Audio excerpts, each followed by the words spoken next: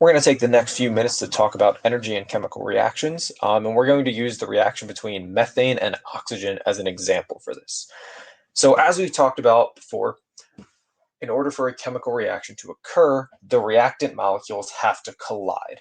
And so here we have a methane molecule and an oxygen molecule, and so they have to collide in order for a chemical reaction to occur. But they can't just collide, there has to be more than that. So they have to have enough energy when they collide. So that they collide with a low kinetic energy, then we're going to end up with our methane molecule staying intact and our oxygen molecule staying intact. If they collide with a low amount of energy, then they're going to stay intact. They're not going to break. In order for a chemical reaction to occur, the molecules have to break. The bonds between the atoms and the molecules have to break so that they can reform to make the products. Okay, so if the kinetic energy is too low, then there isn't a reaction.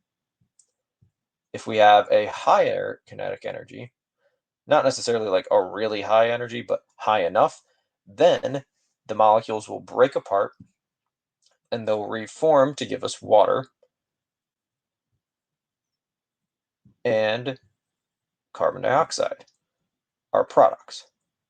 Okay, so we need the reactant molecules to collide with each other, and we need them to collide with enough energy that it breaks the bonds. So there needs to be a certain amount of kinetic energy in the reaction.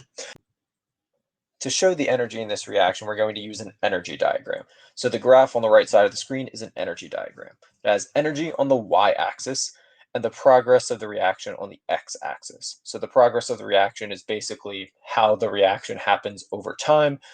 In reality, the reaction happens instantaneously, but we're going to break it up over time just to make it easier to see.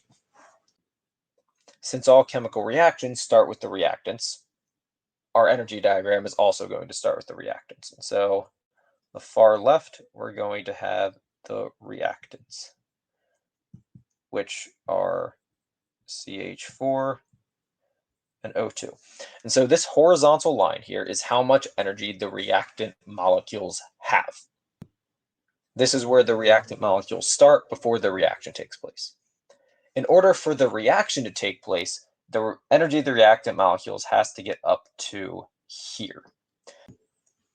This point shows the amount of energy that the reactant molecules need to have in order for their bonds to break when they collide. And so the arrow pathway on the right with the high kinetic energy, where the methane and oxygen molecules break apart when they collide, that's that point. That's the amount of energy that the molecules need to have in order to break apart. That's the amount of energy we need to have for this reaction to occur. And so in order to have a chemical reaction, we need to get the energy from here, where the reactants start, to here, where the molecules will break, where the bonds of the molecules will break. And so this amount of energy is EA, or the activation energy.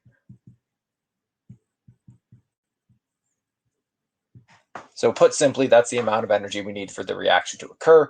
That's the amount of energy that the reactant molecules need in order for their bonds to break when they collide. The activation energy is the highest energy point of any chemical reaction. And so once we get the reactants to this activation energy, it's all downhill from here.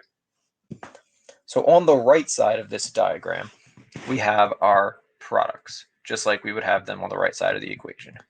And so our products, as you can see from the diagram, water and carbon dioxide, they have a lot less energy than our reactants. That means that over the course of this reaction, the methane and oxygen that we had, or I guess the carbon, hydrogen, oxygen atoms that we had, lost energy. And so it's not in the products. There was energy in the reactants that's no longer in the products. So where'd that energy go?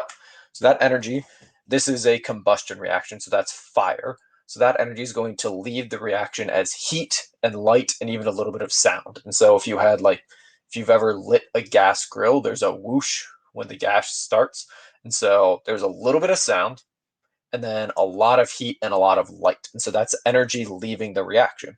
And that's why humans burn fossil fuels, because when we do this, we get energy out of that. That energy is very valuable. We can use it to power machines that either generate electricity or drive us places, or that we can use to harvest food or do many, many other things. And so humans burn fossil fuels because the products of burning the fossil fuels have less energy, a lot less energy than the reactants. So if you can figure out how to collect that energy, which humans have, then you can get all of that energy. So that's why we burn fossil fuels. And so now you might be wondering, like, if we add energy to our reactants, if we get up to the activation energy, up to the top of that graph, why do we keep going to the right? Why don't we slide back down to the left? It's downhill either way. It's lowering in energy either way. So we go down to the right, we go down to the products because the products have less energy. Chemical reactions tend to go in a direction that will cause the products to have less energy, because less energy is more stable. So since the products have less energy, they're more stable than the reactants. And once we reach that high energy point in the middle, once we achieve that activation energy, we're going to end up with the products because it's more stable for the carbon, hydrogen, and oxygen atoms in this reaction to exist as water and carbon dioxide than to exist as methane and oxygen.